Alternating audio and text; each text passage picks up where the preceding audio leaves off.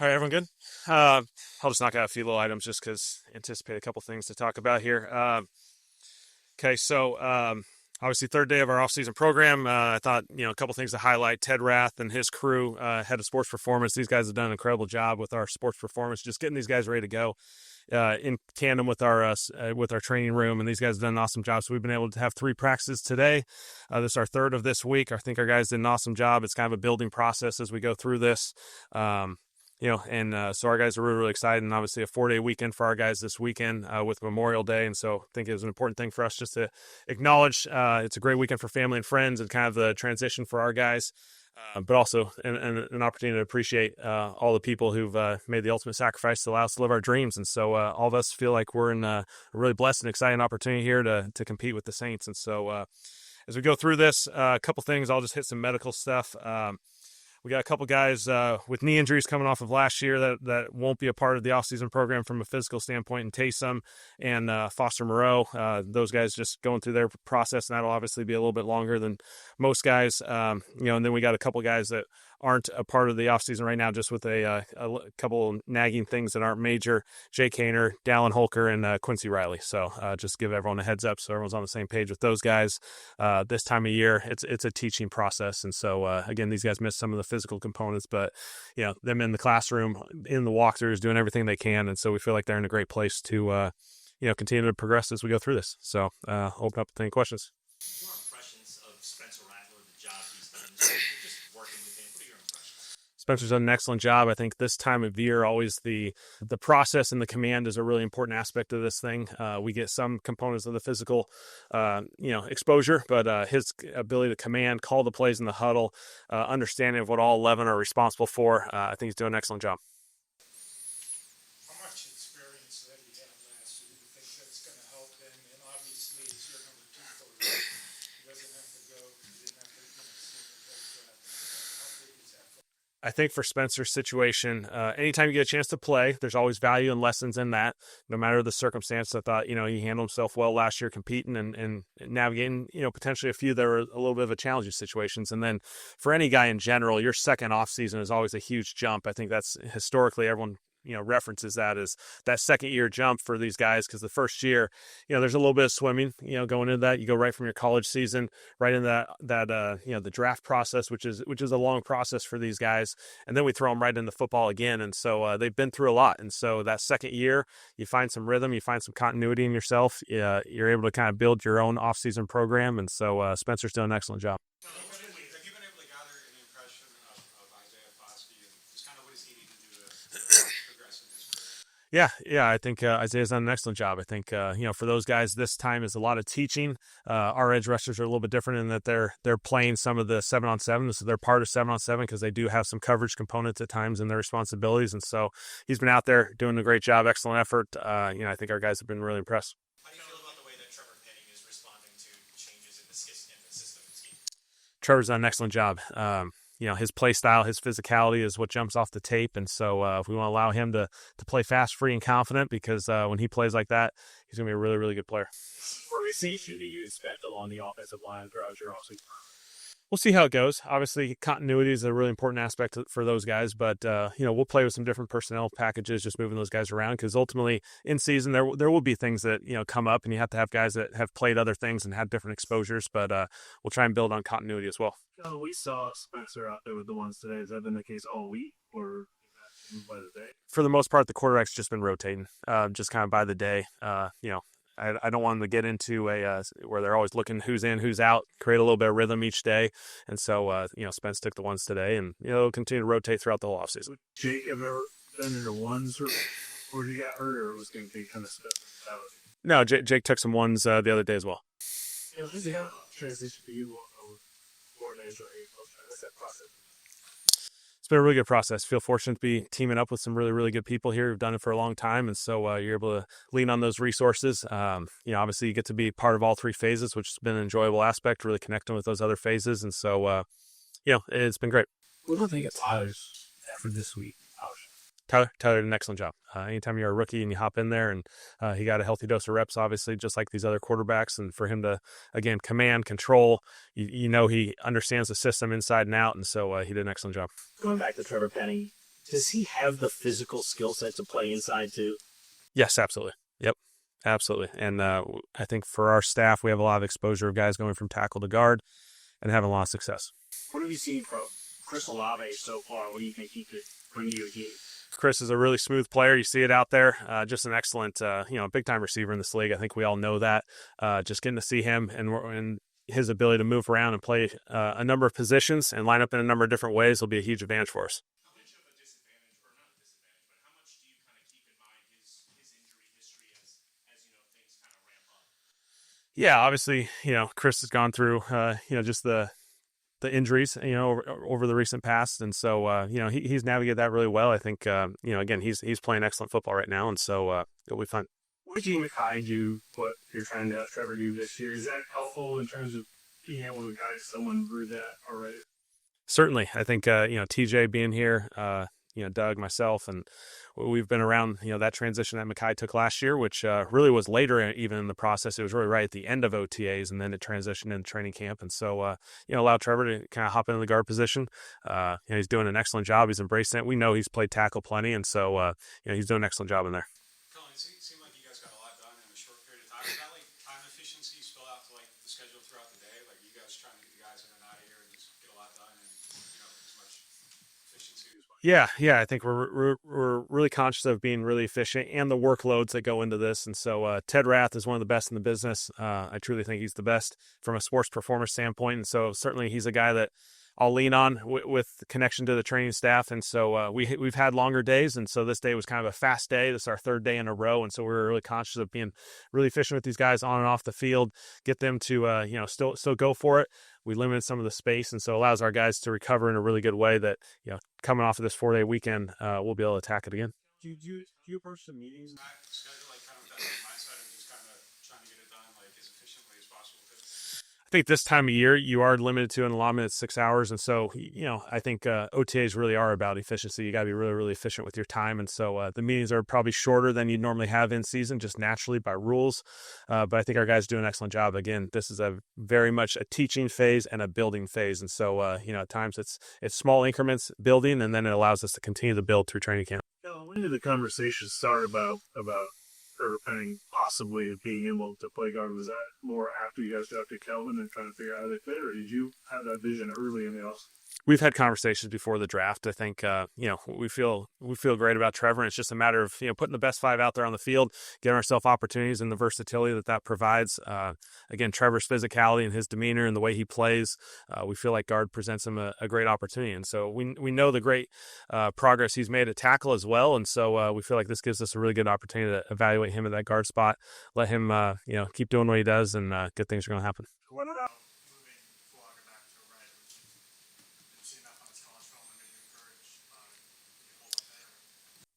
Yeah, no concerns. I don't really care about left tackle, right tackle components in this league. The edge rushers go wherever the matchups go, and they're gonna go wherever they line up. And so he spent a lot of time at right in his whole life. He spent left obviously last year. Sometimes I think we make bigger deals out of it than it really is because you talk to Tully and it's like, okay, cool, we'll go to the right tackle next day, and it's easy as can be. Did you feel like that as a player too, or like when you win the coaching, like when does he kind of determine? Is that unusual too, like determining like what tackle, right tackle? As far as a philosophical approach, I think just being around it. I can argue, Penny Sewell and Lane Johnson play right tackle, and I don't think either team ever said they have to go play left. They're two of the best in this entire league and, arguably league history. And so, you got to have really, really good tackles on both sides. At the end of the day, that's what this thing's about. Edge rushers are going to line up in a lot of different spots, and so you got to have the talent on both those spots. And we feel like, with Kelvin and Tully, we got certainly two guys that feel great about tackle. Trevor's going to be able to play guard, which is going to be able to be a tremendous asset for us. Gets us really good players on the field. And we know those guys can play other positions as well. And so, we feel like we got a really deep crew there as well. Big Ten, as it relates to the offensive line, is keeping those guys on the field, kind of the key to winning? I've seen stats where teams with 60% of their snaps with their starters, they win 9 games, and if you go below that number, it really kind of drops. Is that something you look at all? I think one thing with the offensive line is that group has to be really, really interconnected. And so much of it is verbal, but so much of it's nonverbal. Those guys are in combinations and working together more than probably any other group in this entire game. The right tackle and the right guard spend so many times in combination blocks, and they have to be perfectly aligned and hit it at the same time and have these, verbal communication, but at times there's nonverbal communication. And so the more time these guys spend time together, gelling, communicating, being on the same page is a huge, huge advantage for any offense in this league. Part of why you pursued Ted Rath, particularly, he's got a reputation of helping to keep rosters healthy, but is there something he does specifically with offensive line or anything like that? I think Ted's the best in the business. I think he's phenomenal with what he does. Obviously, he's got great track record in the different spots, certainly LA, Philadelphia, coming here. And so he's a huge asset for us. I think our guys train really, really hard, but really, really smart at the same time. And I think our guys will enjoy, and they certainly have enjoyed Ted and that entire group down there, the energy, the juice that they bring with the, just a really, really good program that allows them to play to their best ability.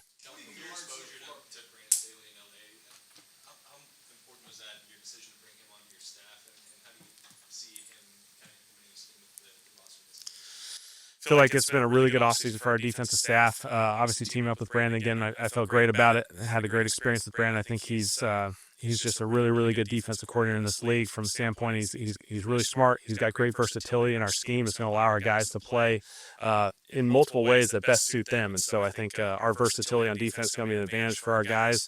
We got some really, really good players, and Brandon will do a great job of allowing those guys to play the best of their ability. Is he standing out there, or is that just? Yeah, no issues. What did you like about Hunter Deckers throughout the pre-draft process? Is that a guy for a while you thought maybe you'd end up drafting? I think Hunter is a great example of how the draft process and the scouting process works. And so a guy that our scouting department has spent a lot of time getting to know, getting to study. His journey is obviously one that's very, very unique compared to most people who get to this point in the NFL.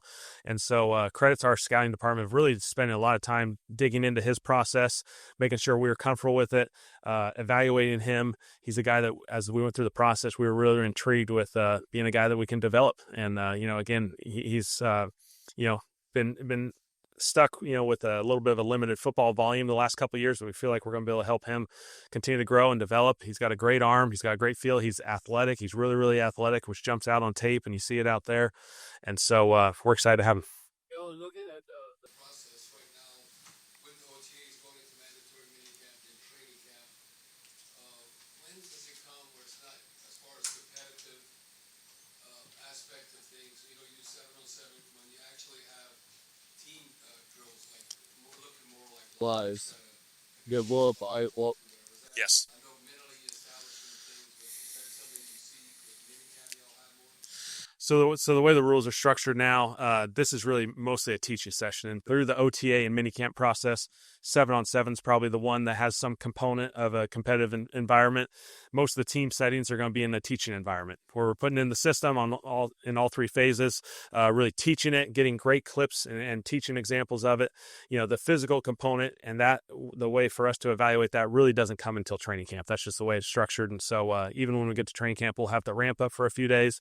And then when we get the pads on, obviously, ultimately that's the closest we're going to get to the in-season game mode. And so we'll get great evaluations at that point. Injury, coming so early in the summer, it kind of went off what you just said.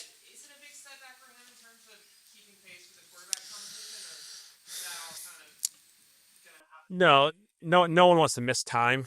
Obviously, no one certainly wants to miss time. But for Jake and his situation, there's still a teaching component, a mental component that he's capitalizing on. He's right there with the QBs. He'll be there through the whole offseason process, and so I don't think it's a drastic missed opportunity. He'll have plenty of opportunities as we go to training camp to continue to build. Does that change any desire or need to bring in another quarterback from a rep standpoint, or are you good with it? It's something we'll continue to evaluate. Obviously, like any position in our roster, we're always looking to get better and compete in the best way we possibly can. And so, we'll continue to evaluate it. You just mentioned 7-on-7 out there before. Anyone particularly either stand out or surprise you in those sessions so far? I don't think anyone surprised me. I think, we got a really good group. I think the biggest thing we've emphasized is just play style and the habits that you can create. Obviously, we know at this time of year, there's some circumstances just from a rules standpoint as far as how we're going to compete. Our guys are just practicing the right way, and that's the thing we're just hammering as far as defensive guys getting trained to scoop and scoring, and we're going to score on defense, and on offense we're going to do a great job of pursuing the football and making those touchdown blocks. And so I think we just got really good players who are doing this thing the right way, and it certainly jumps out there. Tush push, yeah. Obviously, I'm good. Obviously, I feel like it's a play that has obviously drawn a lot of discussions. Obviously, as you go through the process, I know certainly there was a injury component that was emphasized and a speed of play. Both didn't feel like there was much data or proof to say that was justifiable as we went through that process. And so I feel good. I'm really happy that obviously it didn't go through that process, especially the way they counter moved it with the way they were. The potential latest proposal was to eliminate all pushing from an offensive player perspective, which created a whole nother can of worms. I don't think everyone quite realized that occurs in a lot more football plays than just that. And so we're drastically changing a number of plays in this. And so I feel great about it. I feel like it's a play that ultimately, one team or a couple teams that invested a ton of time into, put a lot of work into it, and they've been able to capitalize on it. But, every team's, it's just like any other play. It's available to everyone, and we'll see. See you install that Tuesday or Wednesday. We'll see. We'll, certainly I've had great experience with it, but again, it's an investment.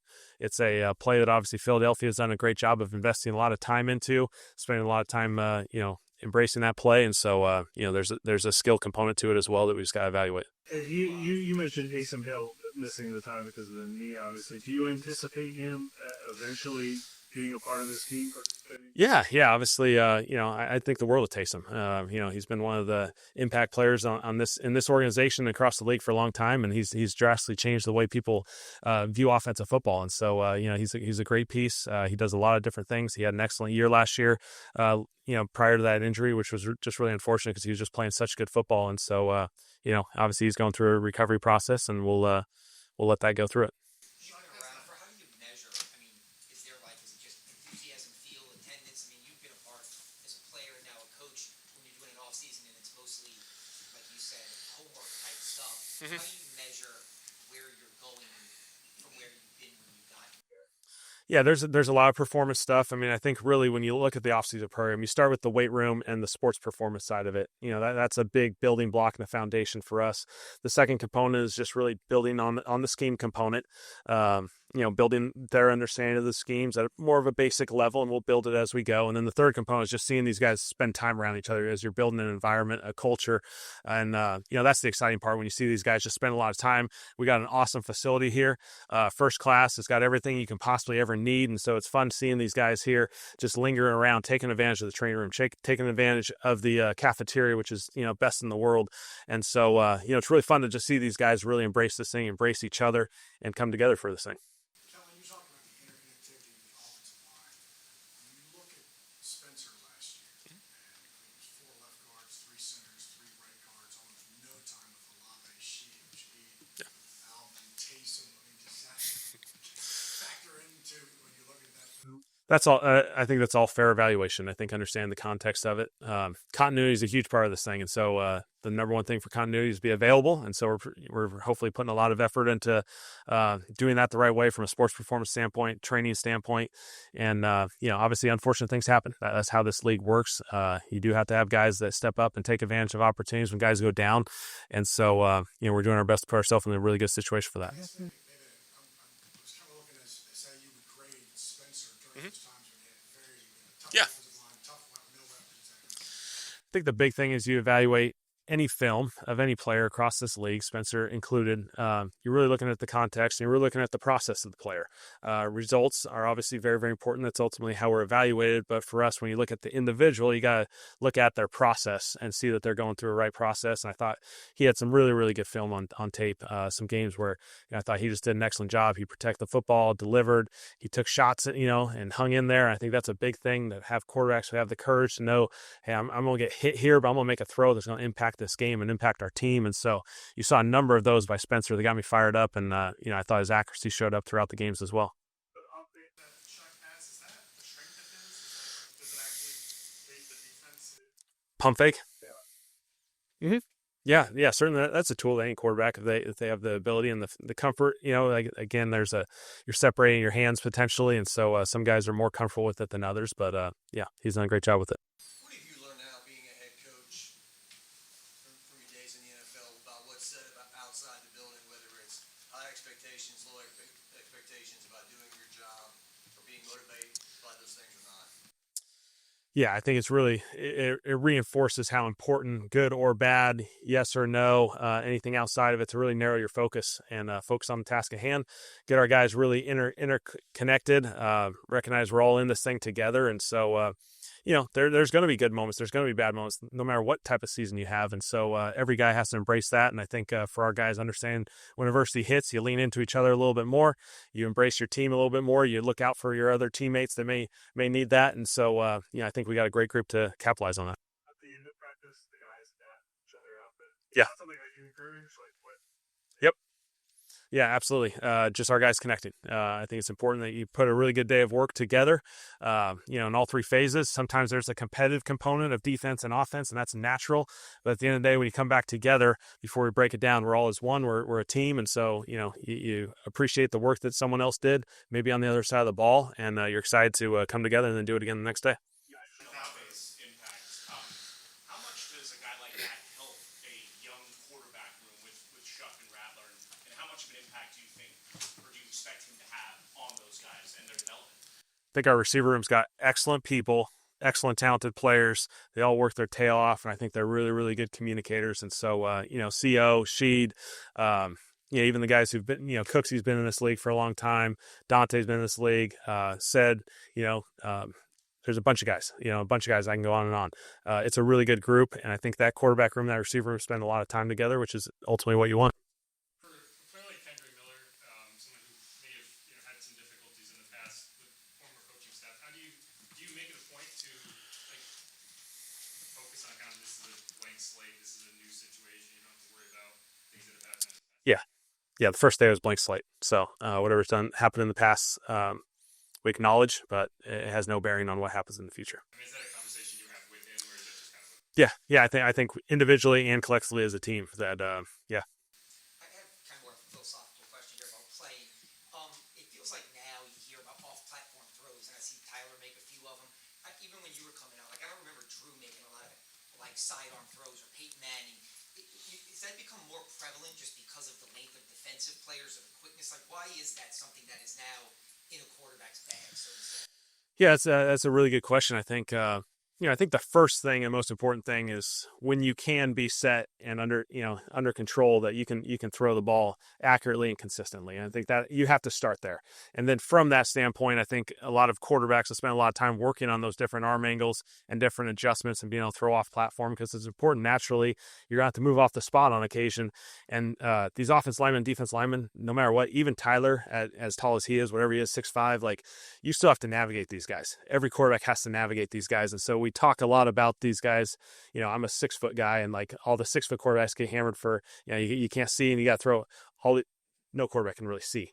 It's really, really hard. So Tolley's 6'6". He's really, really tall. Trevor's 6'7". You got to navigate all these guys. And so I think for all these quarterbacks, being able to throw at different arm angles and finding their different slots is a huge advantage. Tyler's, with him being about 3 or 4 years older than a typical rookie, I know you haven't worked with him that much yet, but is it evident yet, that difference, or are you hoping it will become evident over the course of the summer? I think the evidence right now, based off my experience with Tyler, is he's a really, really prepared quarterback. He can handle NFL volume. He's handled the playbook tremendously, walks in the huddle. If there's 10 words in the play call, he delivers all 10 instantly, very easily. And so I think that's a really important aspect, that he's able to kind of navigate that really quickly and move on to the physical and the just simply getting reps.